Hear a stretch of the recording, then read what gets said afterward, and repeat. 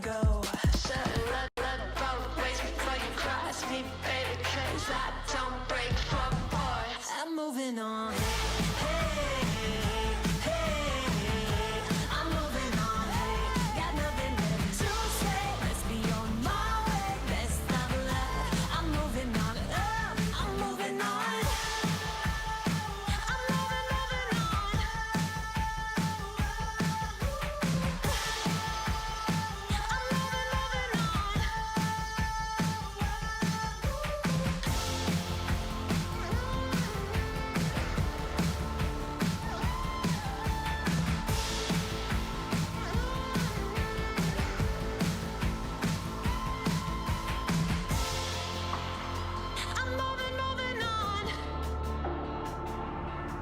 Said let both ways before you cross me, baby, 'cause I don't break for boys.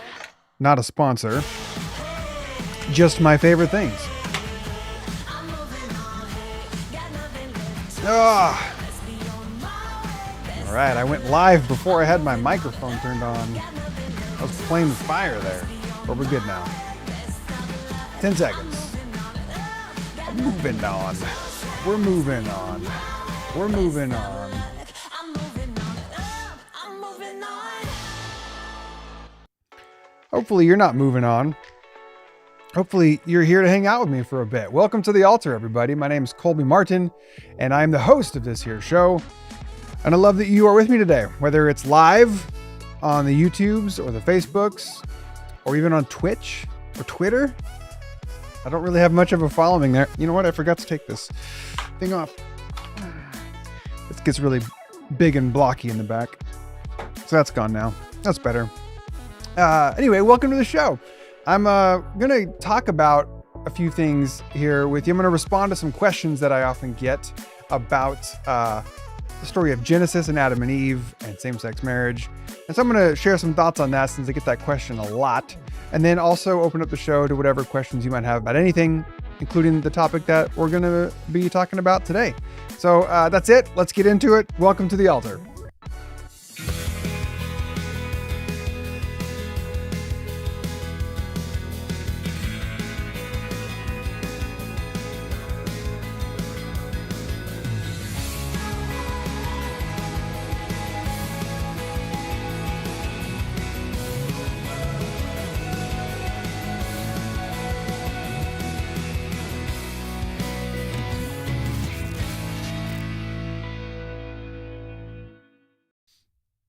You might have noticed at the countdown, I showed you Altoids, and then I turned my mic on to tell you that I like this. They're not a sponsor, but I have one in my mouth, and I don't want to be like all up on it while we're doing the show. So let me just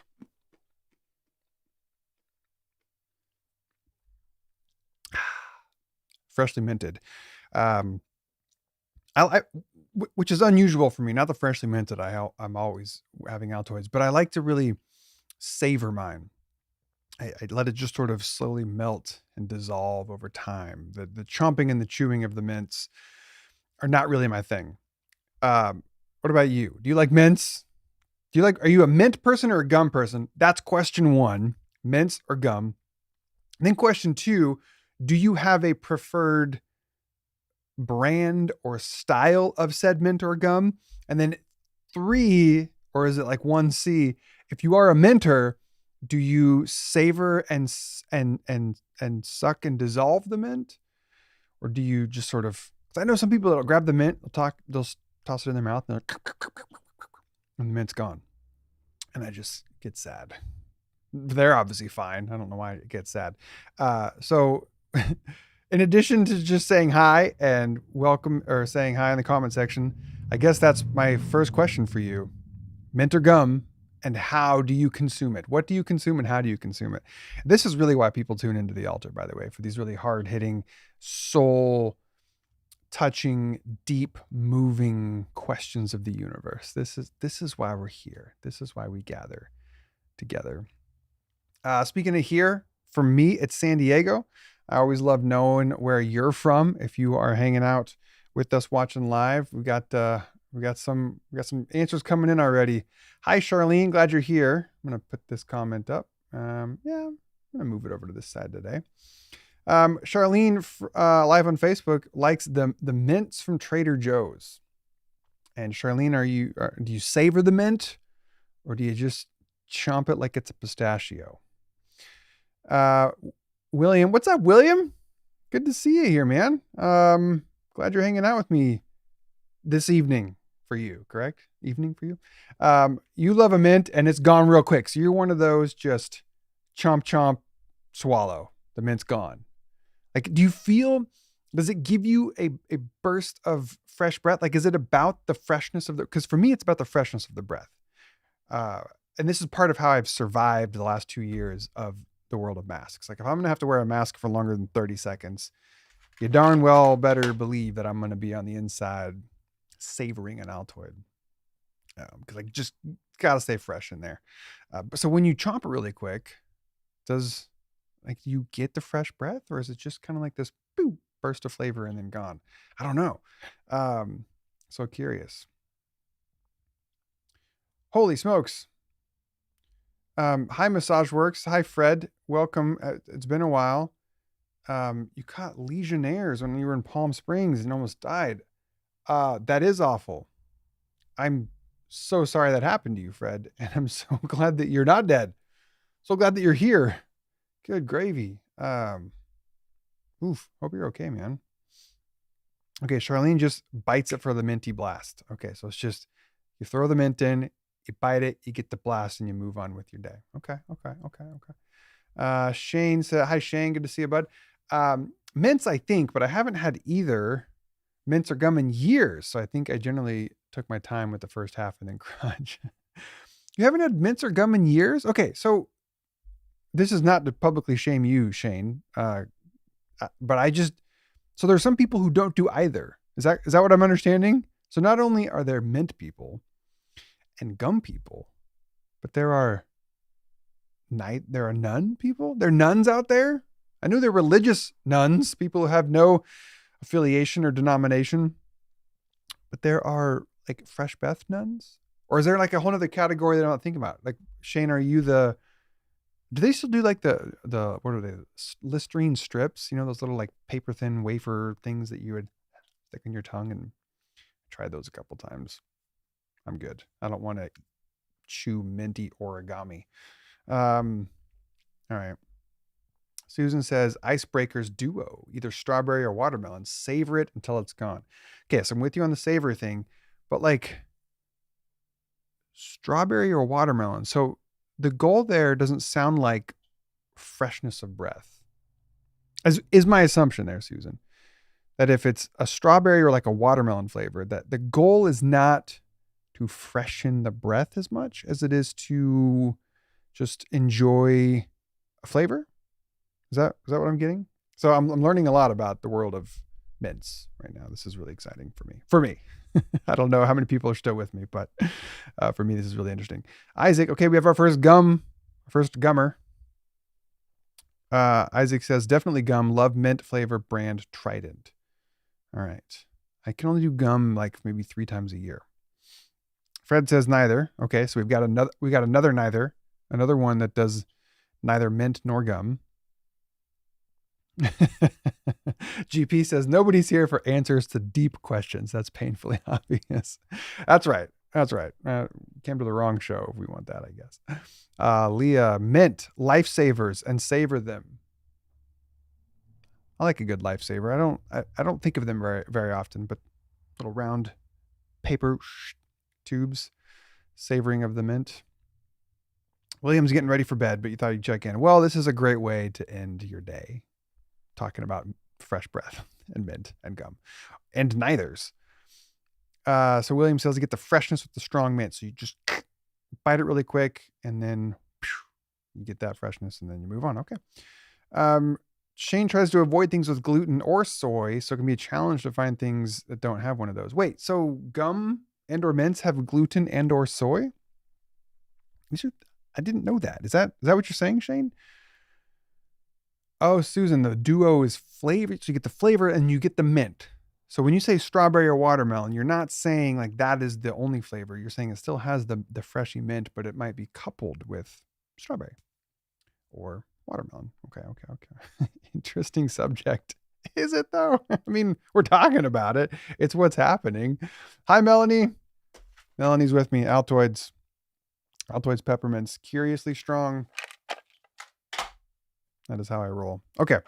I had another question for viewer check-in, but I thought we just rolled with it, and that's what happened. So instead of saying no to what was happening and bringing suffering upon ourselves, we just said yes. This is where the conversation is going.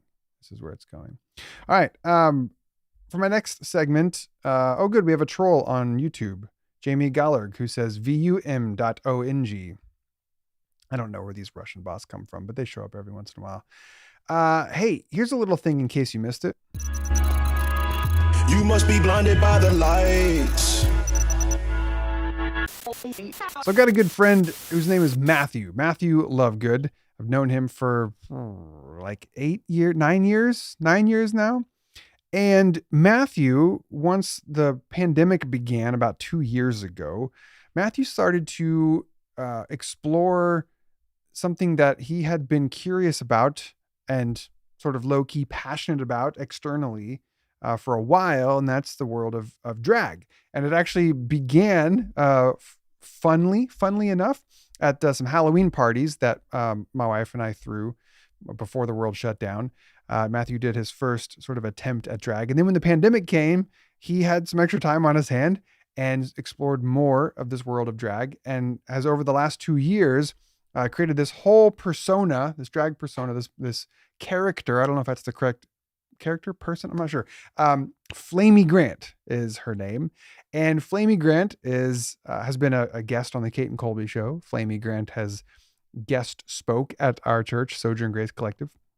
And Flamey, this last week, just a couple days ago, launched a Kickstarter campaign to raise money for her first ever album, for her original music, because Flamey is a songstress drag, and she's writing and written songs to talk about things like spiritual trauma and religious deconstruction, all coming from the perspective of a drag queen. And she launched her Kickstarter just a couple days ago and has already, as you can see on the screen there, met her goal of $7,000, which is phenomenal that it happened so quickly and so fast. So very excited that Flamey's record is going to get made. It's going to get created. I have a link here. So I'm going to drop, for those of you who are curious about this and want to check out the project and maybe even consider backing it yourself. There's some great rewards there. I'm going to head over to Facebook, drop in the comment section the link to the Kickstarter. I think I did. Yep. So Facebook has it. And now YouTube, I'm going to drop it there for you as well. And what Matthew's doing right now is Matthew's working on stretch goals. Because if you've ever backed a Kickstarter campaign before, you know that if they meet the goal, then they can keep going with it. And so there's some really cool stretch goals that I hope that Matthew can reach, because selfishly, I'll get to be a part of them if so. One of the stretch goals, actually, I don't know if he's released it yet, so I'm not going to say, but there's some cool stretch goals. So anyway, if you like good music, if you like spiritual deconstruction, if you are a fan of the world of drag, if you are a fan of Amy Grant and want to support the drag queen Flamey Grant, all of these reasons might be reasons why you want to go check it out. Dear friend of mine, and maybe I'll have her on the show coming up sometime in the future. But I wanted to put that all on y'all's radar because I think that part of what makes this, and by this I mean two things. I mean, like you and I, this little altar community that sort of hovers in and out of things. Part of what makes this so much fun for me, and that this is also then kind of the larger group of individuals who are in the process or have already shifted away from a kind of conservative religion or away from a kind of evangelical brand of Christianity. So there's there's the smaller intimate community, me and you, and then there's the kind of sort of the larger one that we're connected to. Part of what makes all this so much fun for me is supporting and lifting up and calling attention to one another's good works. And this is why I like to have guests on the show so often. I'm going to get to that later on the show about some of the things I'm doing coming up. And this is why I wanted you to know about Flamey's Kickstarter. So go support it, support good music, support the creation of art that helps heal the wounds from spiritual and religious trauma. It's good stuff. It's good stuff. All right. Let's get into what I wanted to talk about today, which is, oh, this is fun. We've got, hi GP. I don't know if GP's not feeling well. So GP, I guess doesn't like mint or gum. Maybe that's what GP's comment is for. Like no mint, no gum for me. Their tummy's not feeling well. I don't know what gender GP is, but their tummy's not feeling well. So best of luck to you, GP, on your journey ahead. Okay, let's get to this next segment, the bulk of our time together.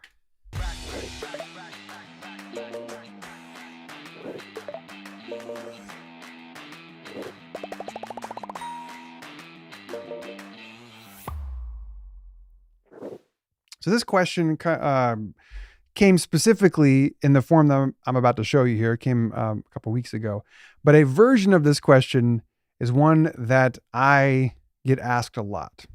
So much, in fact, that I have almost been, like the phrase paralysis by analysis. It's like I get asked this question so much, and I haven't really done an extensive or exhaustive effort to address it, that then the more that it gets asked, the sort of bigger the buildup of, oh man, because in my mind, I'm like, when I do respond to it, it's got to be like UnClobber 2.0. It's got to be like a whole chapter unto itself or a whole book unto itself.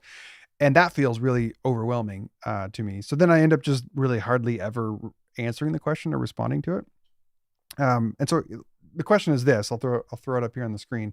And this is the form that it came in the other day. I'll just read the question here and then we'll talk about it a bit. So this person says that I grew up Christian in a Christian home, Christian environment, identifying as a Christian, but then this person discovered they were a lesbian in ministry school. And then she says, I've been researching affirming beliefs. And I think that's how she found herself at, I think it was either UnClobber or some kind of work that I put out in the world. She found me. I've been researching affirming beliefs that she was never taught, which is true for 99% of people who grew up Christian. Like I haven't yet met a Christian who said, yeah, I grew up in a conservative Christian environment, and not only was I taught that the Bible condemns homosexuality, but my parents or my pastors also taught me this other view. I was like, no, they don't. That's just not how it rolls. Like religious fundamentalism is about, you just need to believe the right doctrines. We're not going to give you the alternative views. The only time we're going to talk about alternative views is in the context of apologetics. So you know how to defend the faith and defend the right answer and tell all the other people that they're wrong, but never actually like given the credible ways in which the church has addressed different topics throughout the years. That doesn't really happen. Anyway, so this person grew up Christian, recently sort of came into their identity as a lesbian and now has looking for affirming materials and resources. And so their question is this: how do you renounce God creating man and woman from the beginning, and then it being mentioned as the marriage covenant in the New Testament as well? So I think the question makes an assumption about me, which is fine. We'll talk about that in a second. Makes an assumption about me that I renounce, or maybe I think maybe they're trying to say that I deny, or I say it's not true. That I renounce that God created man and woman in the beginning. But this also seems to be something that comes up in the New Testament as well. This marriage covenant. Like, so she says, I desire to have a marital relationship with a woman, is what she's saying. One day I would like to get married to a woman, but I want to do that, for this person. They want to do it that is in congruence with how they understand the Bible and how they understand morality. So she says, what are your views on that? Okay. So it's a great question. So let me start there. It's a great question. I'm going to take it off the screen for a second. Like I said, I get a version of this question a lot. Essentially, what do you do with Adam and Eve? What do you do with Genesis chapter 2? Genesis 1, creation story. In the beginning, God created the heavens and the earth and the moon and the stars and the fish and the trees and the buffalo, and then created the first human. And then the flow of everything was good. It was good. The light, the trees were good. The sun is good. The moon is good. But then the flow of goodness stops once a human is created. And the story says that God looked at the human all by themselves and said, man, it is not good for humans to be alone. Like, that's the first thing in all of the flow of creation that dams up the flow of goodness, is the isolation, the loneliness of the human. And so then God said to themselves, BT dubs, this plural sort of entity of God, said, let us make man in our image. Sorry, that was to make the first human. And then God made a helper for the man. And that's where that's Genesis chapter 2 tells that story. Out of the rib creates woman. And the man's like, hey, bone of my bone, flesh of my flesh, I shall call you woman. And then Genesis 2:24 is, and so I'll read it right here so that I don't get accused of misquoting the Bible. I'm kidding. There'll always be people that accuse me of misquoting the Bible, and sometimes they're not wrong. I do sometimes misquote the Bible. Not usually on purpose. Sometimes I do paraphrases of my own translation. Anyway, Genesis 2:24. This is after the Lord God fashioned a woman and brought her to the human being. And the human being said, ooh, this one's finally bone from my bones and flesh from my flesh. She shall be called a woman, because from a man she was taken. Verse 24. This is the reason that a man leaves his father and mother and embraces his wife, and they become one flesh. And then verse 25, the two of them were naked, the man and his wife, but they weren't embarrassed. So the question, the person who asked this question, I think, is sort of has this story in their mind and has this teaching in their mind, and also knows that the Bible talks, or the New Testament has some passages that I'll talk about in a second here, especially Ephesians, where Paul talks about the relationship between the church and Christ as a sort of covenantal relationship that is like the one described in the ancient Jewish story. And then Paul quotes this, Genesis 2:24. And so the person asking this question, I think, is saying, like, what do I do with all that? How do I handle that? Because from her perspective, she's like, I know I'm a lesbian. I would like to get married someday to a woman, but I'm feeling like, for her approach to the Bible is sort of not permitting her to do that in good conscience, is how I'm understanding her question. And this is a topic, by the way, so you can see my first book back there, UnClobber, dealing with the clobber passages. This is I didn't get into this in UnClobber because I dealt very specifically, the scope in UnClobber was narrow to just the 6 passages that historically have been used to justify discrimination against queer people that specifically identify or call out what seems to be same-sex acts. But this, as Genesis 2:24, has also, to be fair, been used to clobber gay people, to say, well, no, you can't ever be married. That's clearly not a thing, because from the beginning we see that God created one man to be with one woman, and this is marriage. And like, that never gets undone, they say. You even go to the New Testament and you see Jesus quoting this passage, and you see Paul quoting this passage. Okay, so like I said a minute ago, part of why I have struggled over the years to respond to this is because it feels so big. Like, there's so much to unpack and explore here that I've kind of just put it off. And even today, like, I'm only going to scratch the surface of a few things. But I did want to put something out there to this effect. So here's where I want to start. First, the book of Genesis, as you know, is the first book of the Bible. But I think it's worth examining or asking the question and exploring, what is Genesis and what is it not? What is Genesis and what is it not? Because right out the gate, I want to say, it's not doing anybody any favors. It's not doing anybody any good. In fact, it does a lot of harm to just open up an English translation of the Bible in the year 2022 and read English words off of a page and just take them in a literal sense and be like, well, therefore I now have a direct insight into the mind of God. I know exactly what the creator of the universe thinks and wants and is commanding because here it is printed right here on the page. It doesn't work that way. It doesn't work that way. And it shocks me that modern thinking people in this day and age still have that idea that they can just open an English Bible and have an insight into the word of the mind of God. Okay. So what is Genesis? Genesis is the first of 5 books known as the Torah. Genesis, Exodus, Deuteronomy, Leviticus, Numbers. And the Torah was essentially the constitution, if you will, of the people of Israel. It told the story of how the people of Israel came to be. It was likely, as best as we can tell, written over the course of a period of time, maybe starting around the time, like the year 1000, kind of when King David came to reign. That might have been the time when they were firmly established as a people group and they started to then document and record their history and how they came to be. Now, they had stories that they might have passed along for a number of time that date back to the time of Moses and maybe even before Moses.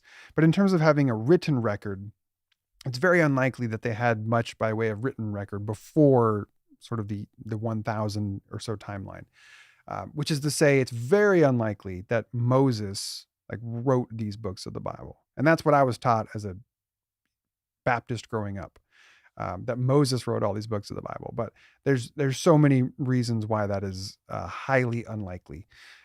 So Genesis is like book 1, and some people see it as kind of the prelude to the most important book of the Torah, which is Exodus, because Exodus is when you actually meet Moses and gets freedom from the Hebrew people, get freedom from Pharaoh and the Egyptians, and they wander through the desert and they get the commands from God, the 10 commandments, and they enter the promised land in Canaan.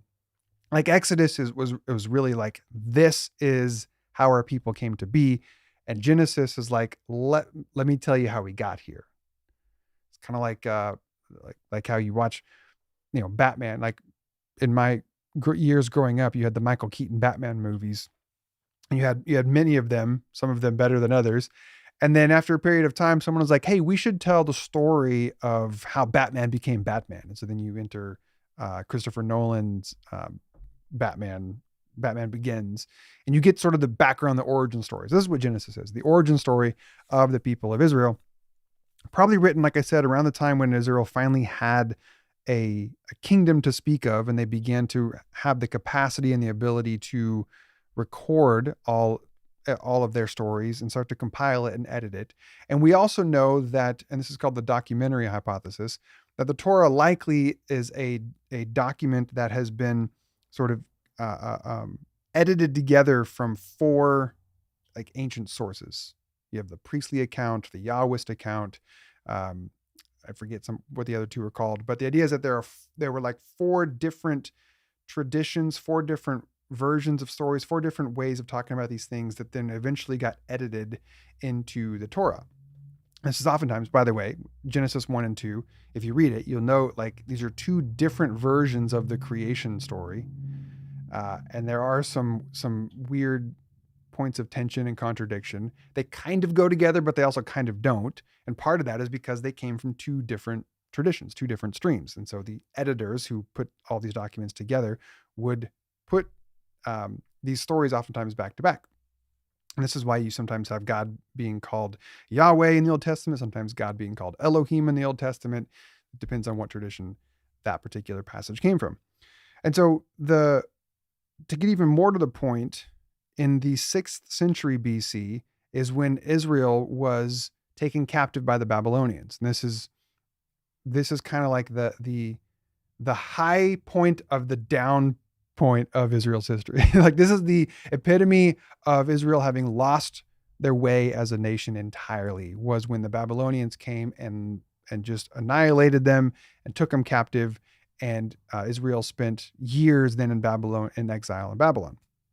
And it was during that time, most scholars believe that much of what we know as the Old Testament now was fully edited, and some of it was even written in Babylon in the exile. And why I tell you all that is because When, for instance, we read Genesis chapter 1, what Genesis is not, and this is especially true for the first few chapters, what Genesis is not, if you take anything away from this episode of The Altar, take this away. What Genesis is not is it is not a science book. Okay? It had no intention of being a science book. It was not the purpose. It was not how the ancient authors and later editors envisioned it. It's not why they wrote it. Certainly not how they thought about it. It was not a science book, nor was it what we think of today in our modern minds as a literal historical book. I apologize if you can hear the helicopter overhead. It wasn't a book intended to tell a literal account of history, even if part of its goal was to tell a history that was grounded in historical events. Okay, those are two slightly different things. The ancient world had no, I shouldn't say had no. The ancient world didn't have the same, they just had different convictions when it came to how to record history than we do today, is how I want to say it. Today, in our post-Enlightenment scientific method minds, when we think about telling history, we think what matters most is that you get all the information and the data correct. The people, the place, the times, like get that correct. That's what it means for us to tell history. And that's great and that's fine, but that is a very modern approach to history. You go back before the Enlightenment, before the whole scientific revolution, and there were different approaches to how to deal with history. There wasn't as much of a demand or a desire or an expectation that all the minutia and the data were exactly right. Like you were oftentimes trying to paint with big strokes to tell big stories as quickly as you, like in short amount of words, big stories, not get all the data right. Okay, so what I'm saying is Genesis is not a science book. Okay, there's no sense that we should expect people who lived 3,000 years ago to have any sort of Einstein awareness of relativity or Newtonian understanding of physics. Like what we know now about the universe is clearly exponentially different from how people in the ancient world understand the world around them. I mean, you could just go Google ancient cosmology, like how they understood the world to be. And how the ancients understood the world to be was a flat world, and they looked up above them, and the sky looked pretty much like a dome, like a snow globe sort of dome, big rounded, and it's probably blue because there's water up there, or it's holding back water. And at nighttime, you get these little pinpricks in the sky of light. And underneath the earth seemed to be maybe where the dead lived, Sheol, Hades. Okay, so this is not a correct way of understanding the world. Like we know that it's not flat. We know there's no dome. We know there's nothing under the earth. But all of this was in the mind of the ancients. And we need to stop thinking that there was somehow one person smart enough 4,000 years ago to have all the scientific answers way ahead of his time. Like this is not just think about that for a minute. Like if this was a science book written by God with a sense of like getting everything exactly right, then why does the science of Genesis, why is it so bad?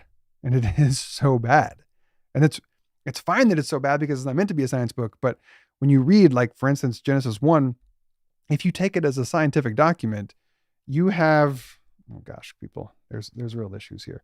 When God began to create the heavens and the earth was without shape or form. It was dark over the deep sea, and God's wind swept over the waters. God said, "Let there be light," and so light appeared.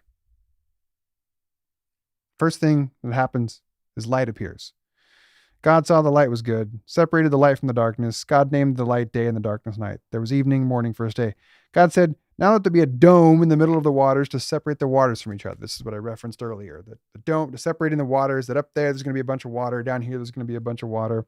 God made the dome, separated the waters, and it happened in that way. God named the dome sky. There was evening, there was morning, the second day. Then God said, let the waters under the sky come together in one place so the dry land can appear. And that's what happened. God named the dry land earth, and he named the gathered waters sea. God saw that it was good. God said, let the grow. Anyway, where am I getting at? Okay, so then on the on the fourth day is when God said, let there be lights in the dome of the sky to separate the day from the night. They'll mark events and seasons and years. There'll be lights in the dome of the sky to shine on the earth. And that's what happened. God made the stars and two great lights. The larger one, the sun, to rule the day, and the smaller one, smaller light, the moon, to rule the night. This is not good science. You don't get light existing before sun and stars. Okay? This is not a scientific book. It's not. And the moon is not a light, BT dubs. The moon just reflects the light of the sun. Okay, I could keep going, but my point is this is not a book of science, and that's okay. Like, we shouldn't be threatened by that. I know it feels very scary for many of our more conservative siblings in the faith who want and or need this to be a book of science, but it's not. It's not a book of science. Okay? The earth, the universe was not created in a manner of 6 days. It wasn't. It wasn't created 6,000 years ago. If you kind of take the literal chronology of the Old Testament, if we come at it like it's got to be a science book and it's got to be a literal historical book, then we end up getting an earth that was created like 6,000 years ago. And friends, this is not how old the earth is. Okay. So Genesis is not a book of science, nor is it a book of historical attempting to recount precisely and exactly what happened as though there's a fly on the wall. Now, I start with those two things because when we can take those weights of expectation off our shoulders,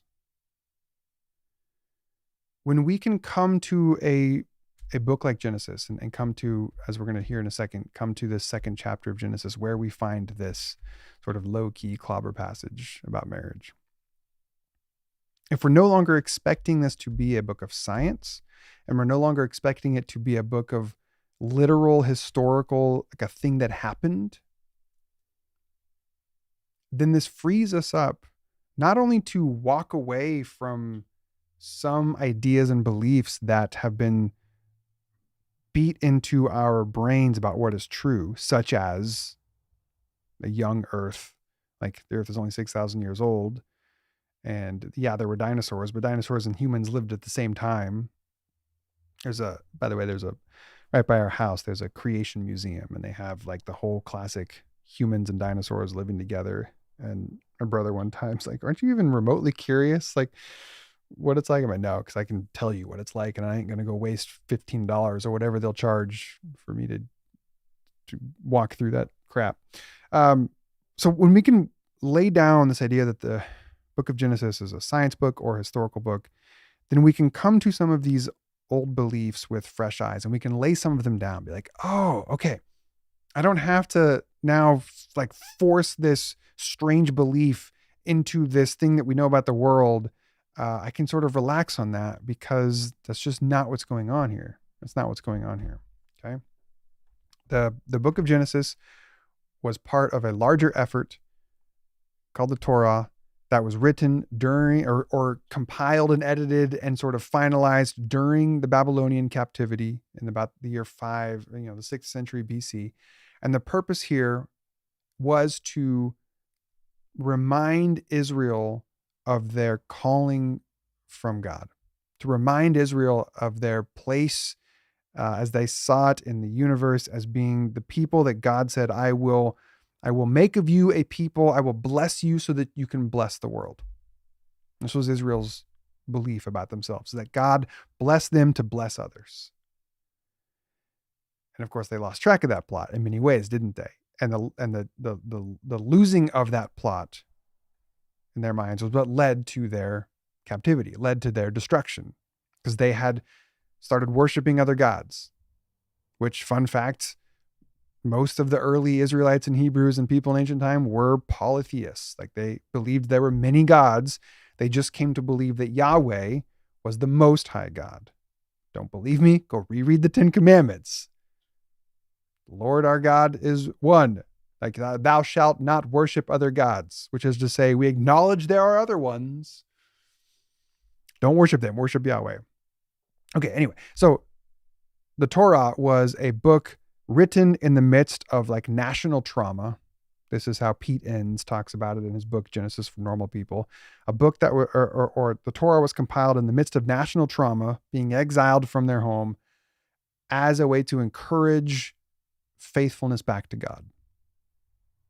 As though to say, all right, look around, everyone. You see where we're at?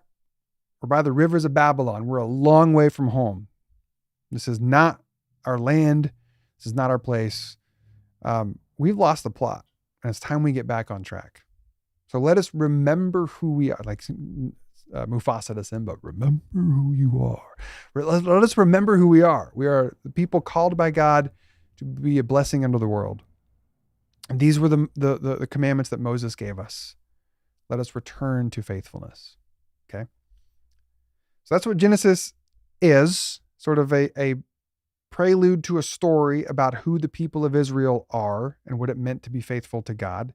And what it is not is it's not a science book and it's not a literal historical book. Okay. And also I want to say one more thing about it not being a literal book. And this is what continues to confound me. In fact, I remember, do y'all remember when I did that sit down conversation with Owen Strachan, I forget his name. The group Anchored North did a series of videos. They're on YouTube. It's back when I had a giant, big old beard.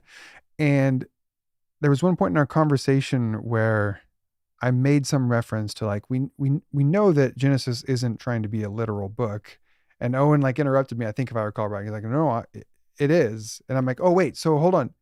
You really believe that like the earth is 6,000 years old and that God created, like everything started with two humans and everything came from that? And he's like, yeah, I really believe that. And I remember in that moment being so caught off guard because I have been so far removed sometimes, in my own way from that world that I just assumed that everyone else kind of grew up with me, that everyone else sort of grew out of those old ideas and realized that this is not how, what Genesis is. So, but what I was going to say is, if you remember the story, you have Adam and Eve, and then you have their two kids, Cain and Abel, and Cain killed Abel and then was exiled, and Cain was sent out to, like, now go, like you can't kill your brother and just be cool with it. Go wander. And then in Genesis chapter 4, you have the story of Cain wandering and finding other people and marrying his wife and like founding joining a village out there. And if you're reading this if this is supposed to, my point is that if this is supposed to be a literal historical recounting of what actually happened, then where in the world did this whole other group of people come from? If the point here, and I say it's not, if the point here is to read this as a literal, God created first one dude, Adam, then God put Adam to sleep and created a second person, Eve, and then everyone that has ever lived came from that. This is a literal description of how things came to be. If this is the point, and it's not, if this is the point, then where are we to assume, or where did Cain's wife and these other people come from? Why is this not ever mentioned? Okay, so that's just one more reason why we need to back away from this idea that Genesis is a science book or a literal historical book of history. Okay. So then to get all the way back to the question, which again, it's maybe been a minute. Shane says young earth creationists have a rather disturbing explanation for that. It is rather disturbing. And, I just, the mental gymnastics they do, and I don't mean that, do I mean it in a pejorative way? I think I find it obnoxious, the mental gymnastics that is often done, and I find it unnecessary. But yeah, Shane's referencing to like Cain's wife was just basically his sister. That Adam and Eve had a bunch of babies, and I guess some of them wandered away and created a village, and then Cain found them and married his sister. Okay. Thanks, Polly. Polly says, I'm an important voice in this conversation. I appreciate you sharing that. Hi, Adette. Glad you're. I'm just catching up. I forgot to look at the comments. I've kind of been in my own little world here. So glad that you are. And then finally, Craig Thompson's catching up, both mints and gum. That's a callback to the opening. Thanks, Craig. So here's the question that if you missed it, the original question that we've been addressing here. Nope, that's my friend Flamey Grant. Go back her album on Kickstarter. Let's try this again. All right, here's the question. How do you renounce? She's asking me, how do I sort of deal with the fact that in the beginning of Genesis, God creates man and a woman, and then it's mentioned later in the New Testament as like a covenant marriage. Like, how do I reconcile all of that in my theology? Because she is a lesbian and she wants to get married someday. Okay. So if we, and again, I hope it's clear now that I think we should, if we stop seeing Genesis and expecting it to be a science book and stop expecting it to be a historical, literal retelling of how everything came to be, including humans. Okay. This is where I want to take us. If we're not going to read Genesis 1, and we shouldn't, as a literal description for how the cosmos came to be, where first there was nothing and then there was light, and then a couple days later, then there was sun and stars, and there used to be a dome of water overhead, and now there's not. Okay. If we know that Genesis 1 is not a scientific explanation for how things came to be, then can we also stop expecting that Genesis 1 and then Genesis 2, as I read a minute ago, for this reason a man shall leave his father and mother and embrace his wife, and they shall become one flesh. Can we maybe also give ourselves permission to not read that as either a scientific explanation for procreation or a literal historical account of what really actually happened? So I suggest to you that if you haven't already, that you free yourself from the expectation that you must believe that all of the humans that have ever lived all came from two initial humans, one that we call Adam and one that we call Eve. Okay, this is not true. And don't freak out, but it's not true. And it's okay that it's not true in the literal sense, because that's not what Genesis is meant to communicate. This is not the point. This is not the point.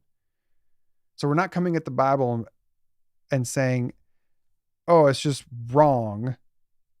We're saying, oh, that's not what it was trying to say. This was never intended to be like every human that's ever existed came from two humans 6,000 years ago.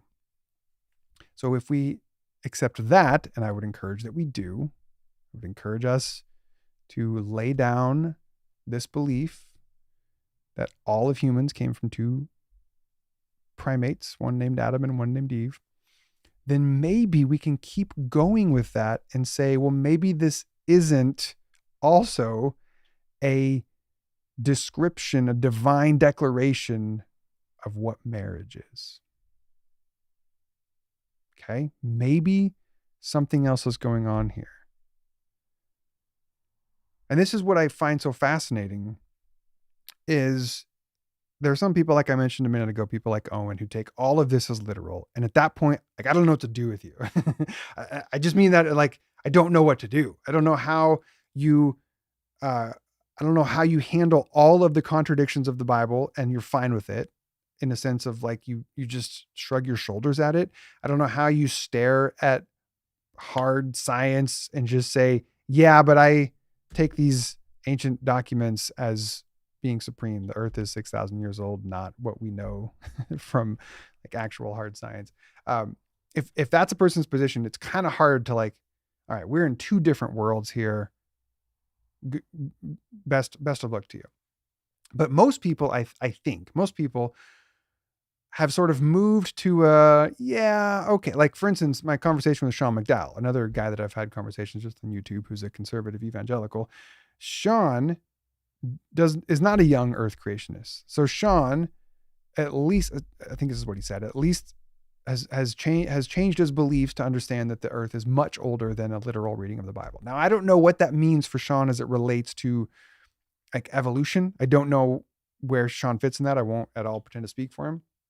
But I think this is a fairly common approach now in the conservative evangelical world is to back away a little bit from Genesis as being this literal science book, because we just know too much now.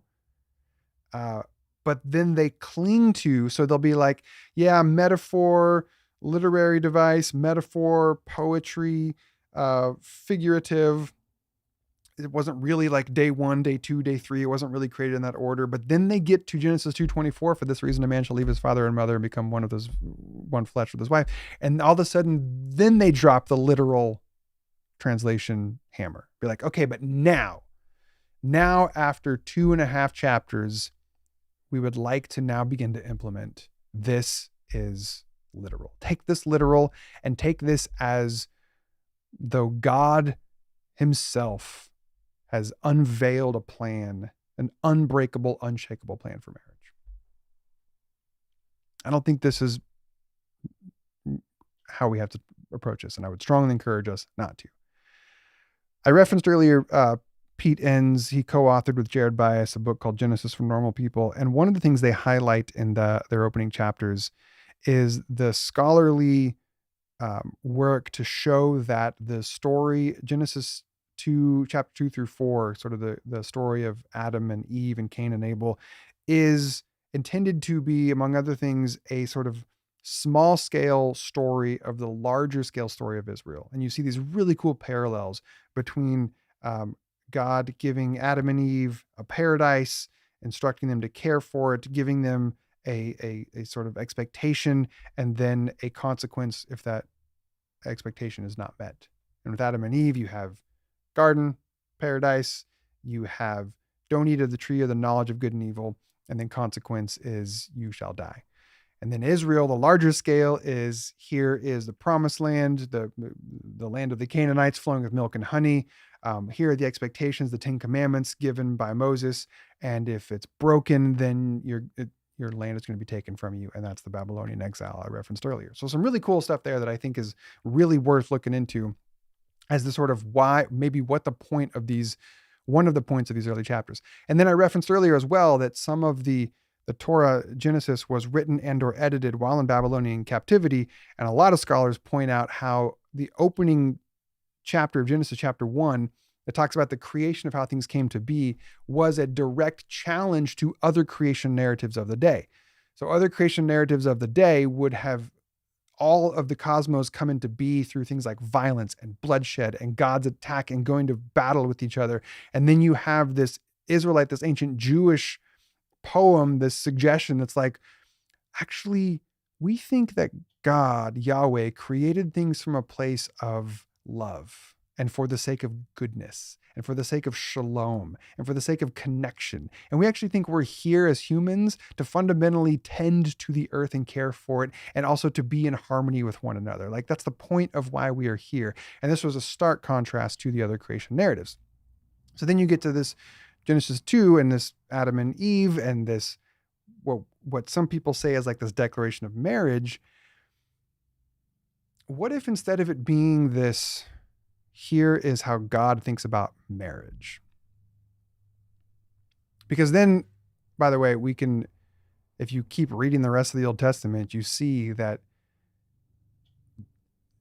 Israelites all throughout their history practiced all kinds of different marriage, like maybe one man, one woman, but really not really ever that. Very often it was one man, multiple women. So by no means am I under the impression that, for instance, you had like kings of Israel that had at their disposal a document like Genesis chapter 2 that says, again, this is what I think conservative evangelicals think must have happened, is they had their version of Genesis that says, for this reason, a man shall leave his father and mother and cling to his wife, and they shall become one flesh. And so are we to believe then that what they did for hundreds and hundreds and hundreds of years was they read that, they're like, yeah, God, we know you said that, but now we're good. I'd like to have multiple wives. I just don't think that's what happened, because I don't think that's what happened. Okay. I don't think they had a book of Genesis that they thought was a literal description of how God wanted marriage to be. And then they just like chose over and over again to be like, yeah, now we're good. Thanks for the command, God, but we're good. Now maybe that is what happened, but again, I don't think that's what happened. So you have multiple different ways that marriage looked in the history of Israel. And it really rarely looked like this one man, one woman sort of thing. And so again, maybe it's a small story of a larger story of Israel. But I think one way that I would invite us to think about it, this is kind of how I'll wrap up, is by time this book, this Genesis, was finally compiled and edited and curated, there had already been hundreds and hundreds and hundreds, and you could even argue thousands if you go outside of Israel. There'd already been a long, long time of humans living in societies trying to figure out how to relate to one another, how to build, villages that grew into larger tribes, that grew into tribes that could peacefully coexist with others. And what we think of now as this institution or this concept of marriage was one of the ways that our ancient forebearers saw advantages to tribal life.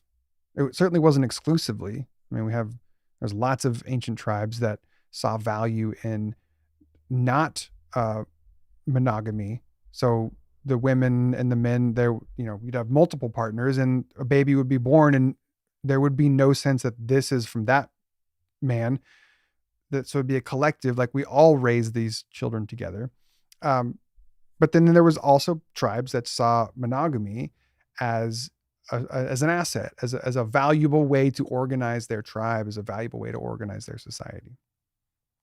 So when I read Genesis 2:24, as I said, I don't read it as a scientific document. This is not describing how procreation works, nor is this a historical literal, like if we could just go back in time and be a fly on a wall, we would observe God creating one human and then creating a second human and then God being like, now marriage, do this over and over again. It's not that. So maybe what it is, in addition to being sort of a micro tale of the larger story of Israel, is it could also just be a description of how Israel had come to understand the value of monogamous committed relationships, the value of committing yourself to one person and staying in that covenantal relationship.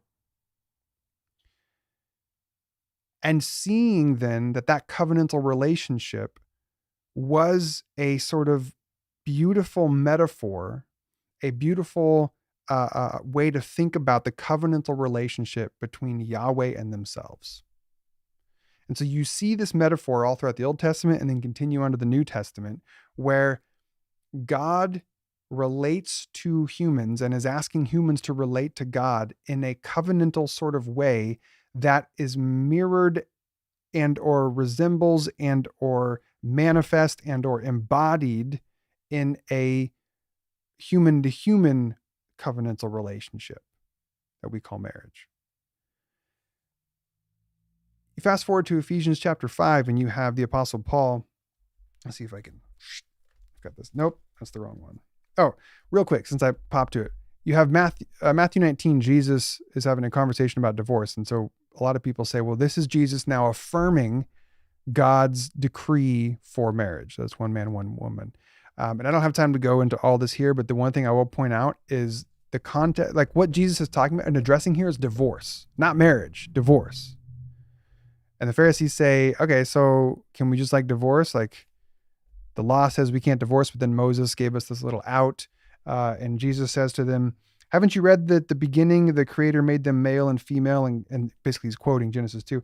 And God said, because of this, a man should leave his father and mother and be joined together with his wife, and the two will become one flesh. So they're no longer two, but one flesh. Therefore, humans must not put apart what God has put together. Jesus is not giving he's not saying this is the prescription for marriage. He's saying divorce shouldn't happen because divorce is ripping apart the coming together of two people. Okay, so the context is divorce, not marriage. So to just point here and say, well, this is Jesus affirming some traditional view of marriage, saying, well, we're kind of making him say something that he wasn't necessarily responding to. And then Jesus gives an out and says, look, if there's infidelity in the marriage, then I think divorce is cool. Anyway, we'll do divorce conversation another time. But Ephesians 5 is where I wanted to go, because that is where Paul is talking about the household code of his day. And Paul was trying to imagine what does it look like for these new Christian communities? What does it look like for these groups of people who are trying to live in this new radical way of the kingdom of God that Jesus talked about? What does it look like for these kind of communities to, what happens in the house what happens in the home when you import this way of Jesus? Because there was very specific like household codes of ethics and how things were supposed to go back then. And Paul was trying to imagine, okay, but if we're going to follow this Jesus teaching, that's got to impact everything, including the home. So what might that look like? And so Paul talks about how like women should respect their husbands as head of the households, but then men should love their wives with the sacrificial love, and they should both respect each other. And so it was really, in one way, it was kind of this progressive view of what the home could be. The saying, so we used to have this sort of old antiquated way. I think now we need to see man and woman as more equal. Now that's problematic because Paul talks about head of household and respect and all that. That's a different conversation. And whether this is Paul is also another conversation. But I think what I'm pointing out is Paul was moving things ahead. Even if we would have liked him to have moved it 3 clicks ahead, he did at least move it a click ahead by calling for this mutual respect, this mutual love, this mutual honoring of each other. And so Paul writes, that's how husbands ought to love their wives in the same way as they love themselves. If you love your partner, you are loving yourself. Verse 29, no one ever hates their own body. Well, actually, you're wrong, Paul. People do all the time, but I think I get what you're saying. Nobody ever hates his own body, but they feed it. They take care of it. Paul's basically saying, look, you care for your own body. Like when you are married, you have become a sort of singular entity that you can't just ignore this other part of you, this spouse. Like the two have become one, not in a literal way.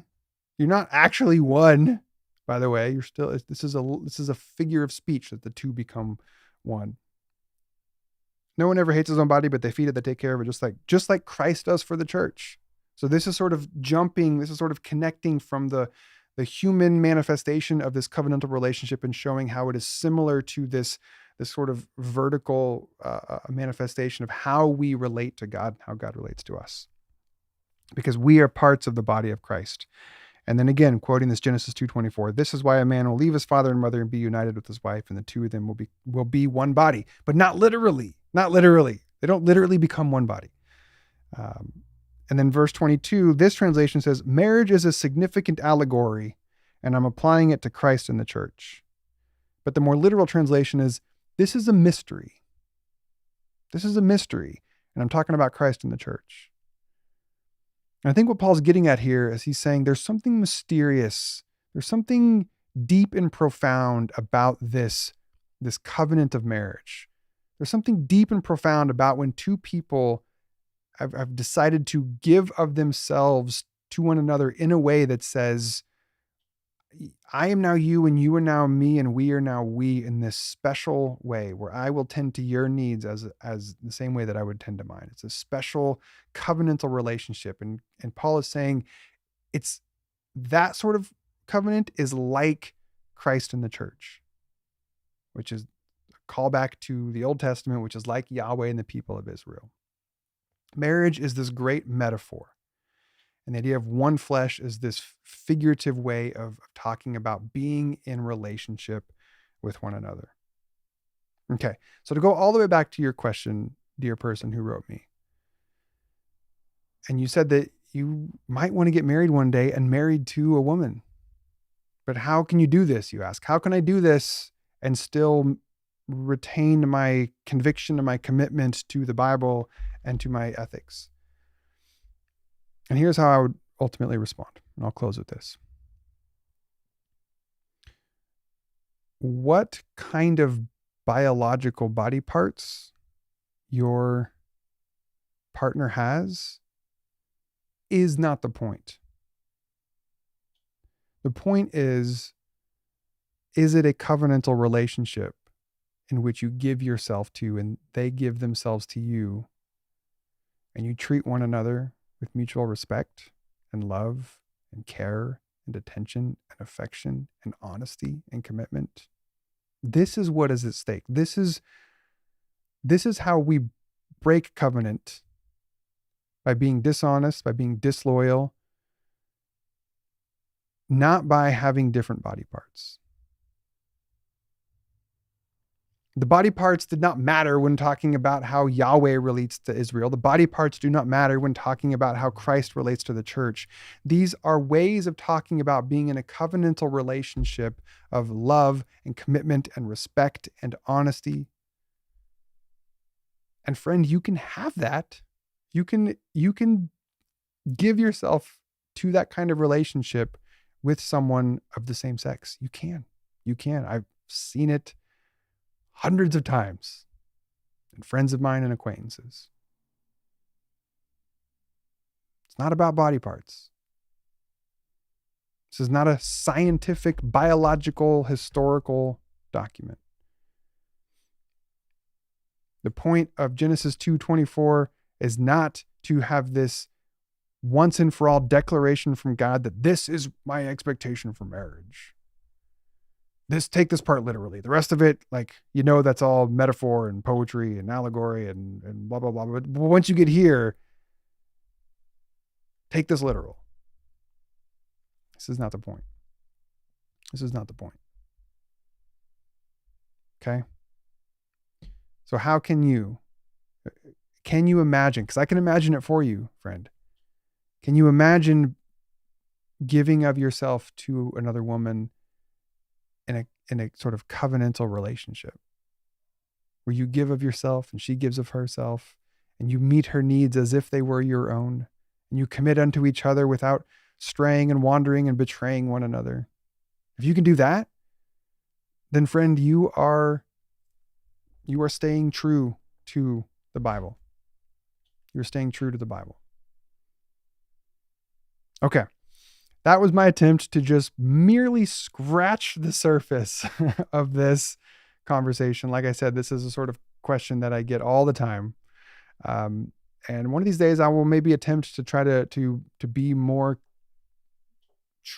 have sort of a thing I can point people to for it.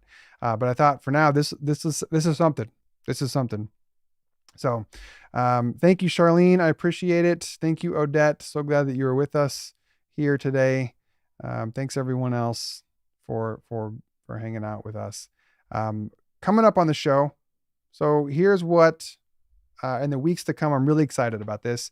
I'm doing something at the altar where for each month for the rest of the year, I'm going to have guests. I should have guests every Wednesday. Today was an exception because I start next month in March, but each month for the rest of the year, I should have a guest on the altar that fits a certain theme. And so for March, the theme is going to be makers in March. These are people who are making really cool stuff in the world that I want to talk about with them and have them share and promote. Thanks, Barway. I appreciate that. Next week, friends, I'm going to be on the air Tuesday. Okay. Look, Tuesday, special day, Tuesday, March 1st. Not Wednesday. Altar is normally on Wednesday, but next week, Wednesday is my beautiful bride, my covenantal partner's birthday. So I'm going to be with her all day. So next week, Tuesday, I'm going to have my friend Gaddison. See Gaddison right there? Gaddison is an incredible musician and artist who makes really cool stuff in the world. And he's in the process of creating a worship night for progressive Christians. And I think that's pretty cool. It's up in LA and he's invited me to be a part of it. And I'm going to have him on the show next week to talk about how it is that progressives can begin to move into a space where worship is less triggering and traumatic and maybe a space for them to connect with the divine. Okay. Then in 2 weeks, my buddy Brandon, see if I can, in front of the microphone here, my buddy Brandon is going to join the show, a return guest, because he's been on the altar before. Actually, back then it was called Perspective Shift. Brandon's going to come on and talk about his brand new book called Filled to be Emptied. filled to be emptied. It's his look at Philippians chapter 2, where Paul talks about how Christ was did not consider equality with God a thing to be grasped, but Christ emptied himself and became human. And so Brandon's book is about the topic of privilege and how privilege is, you are filled up with privilege for the sake of emptying it and giving it away. So I'm really curious about Brandon's take on this. So that's March 9th. And then sometime in March, I haven't locked down the date with him yet. My buddy Scott is going to be on the show, and Scott has this brand new book called Say Yes: Discover the Surprising Life Beyond the Death of a Dream. And Scott is an incredible artist and an incredible writer and a dear friend of mine. And so he's going to be on the show later in March. Also, Brenda Davies from the YouTube channel God is Gray is going to join me in March as well. So March is going to be full of incredible makers making incredible stuff. And then in April's going to be authors in April. So like people like Brian McLaren are going to be on the show, authors in April. And then May is going to be musicians in May. So anyway, so it's going to be a fun future time on the altar. So set your calendar, set your alarm, 2 p.m. Wednesdays, except next week, it's Tuesday. But other than that, Wednesdays, 2 p.m. Pacific. And I will see you back here. Thanks everybody for being with me. Have a great rest of week.